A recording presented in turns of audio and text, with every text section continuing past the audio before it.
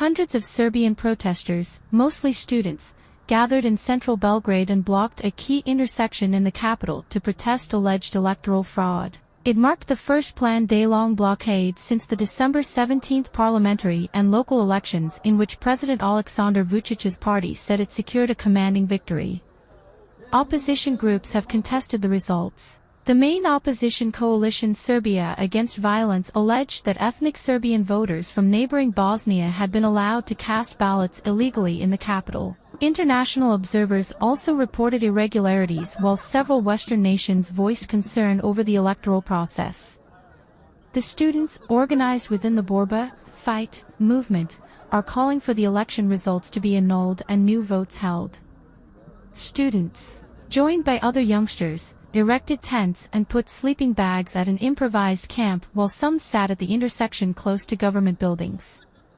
"We will not allow you this," read one of the banners carried by the protesters. Euromaidan Serbia, read another one in a reference to the pro-European Union protest wave in Ukraine in 2014. Also, the students were joined by several hundred protesters who had gathered earlier in front of the State Electoral Commission.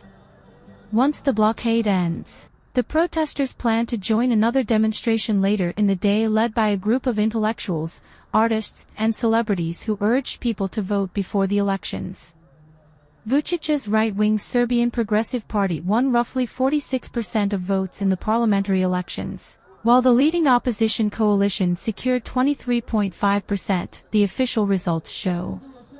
Since the elections, protesters have erected sporadic roadblocks in Belgrade.